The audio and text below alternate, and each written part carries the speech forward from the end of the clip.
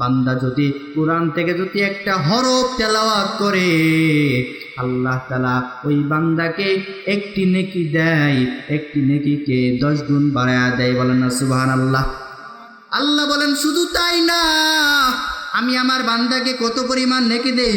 রমজান মাসে বান্দা যখন কোরআন থেকে তেলাওয়াত করবে, একটি হরফের বিনিময় আমি আল্লাহ তাআলা বান্দার আমলনামায় 700 নেকি পর্যন্ত দিয়ে দেই। বলেন না সুবহানাল্লাহ।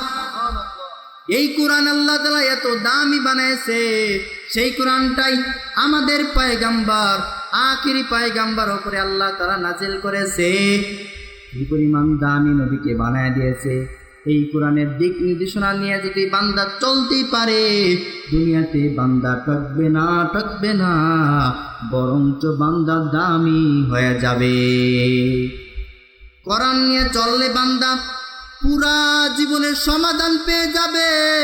কারণ দুনিয়াতে চলতে হলে, সমাধান পাইতে হলে কোরআনের দিকেই মুখ করতে হবে। সমাধান চাও যদি জীবনে মরণে, ফিরে যাও খুঁজে নাও চোখ রাখো কোরআনে। সমাধান চাও যদি জীবনে মরণে, ফিরে যাও খুঁজে নাও চোখ রাখো কোরআনে। তবে পাবে সুখ শান্তির ঠিকানা, তবে পাবে সুখ শান্তির ঠিকানা, যদি মেনে নাও তুমি মনে প্রাণে। সমাধান চাও যদি জীবনে মরণে, ফিরে যাও খুঁজে নাও চোখ রাখো কোরআনে। ঠিক কিনা? এজন্য দুনিয়াতে চলতে হলে মৃত্যু পর্যন্ত যদি কোরআনের দিকে যদি চোখ রাখতে পারেন, তাহলে সব কিছু সমাধান পেয়ে যাবেন। আল্লাহ তাআলা এই কোরআনকে এত দামি বানায় দিলেন, এত সম্মানী বানায় দিলেন, আর ওই কোরআনটা আমাদের পয়গম্বর উপর নাজিল করলেন। তাহলে বোঝা যায় আমাদের নবীর শান মান আল্লাহ কি পরিমাণ বাড়ায় দিয়েছে।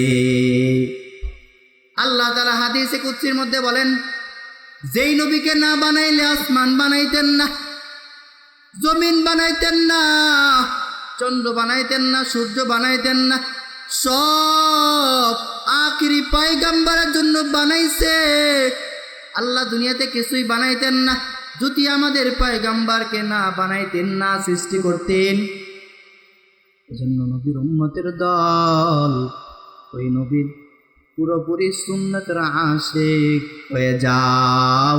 কারণ ওই নবীকে যদি মানতে পারো, ওই নবী যদি সুন্নত তরিকা মতন চলতে পারো, বান্দা দুনিয়া তো লাভবান হয়ে যেতে পারবা, আখিরাতে আল্লাহ তাআলা নবী পয়গম্বর শাফায়াত করে জান্নাতে প্রবেশ করায় দিবে। সুবহানাল্লাহ।